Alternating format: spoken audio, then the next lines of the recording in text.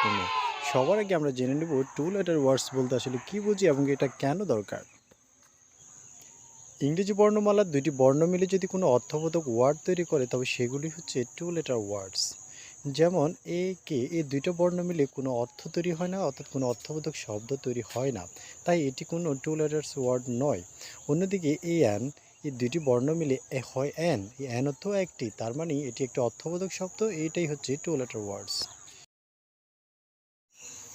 এবার আমরা two letter ওয়ার্ডসগুলো দেখে নিই। অ্যান একটি, অ্যাম হয়, অ্যাজ যেহেতু বা কারণ, অ্যাট ছোট স্থান বোঝাতে, বাই দ্বারা, ডু করা, এক্স সাবেক আগের বা পূর্বের, গো যাওয়া, হাই হায়ত হাই, হি সে, ইফ যদি, ইন মধ্যে, ইজ হয়,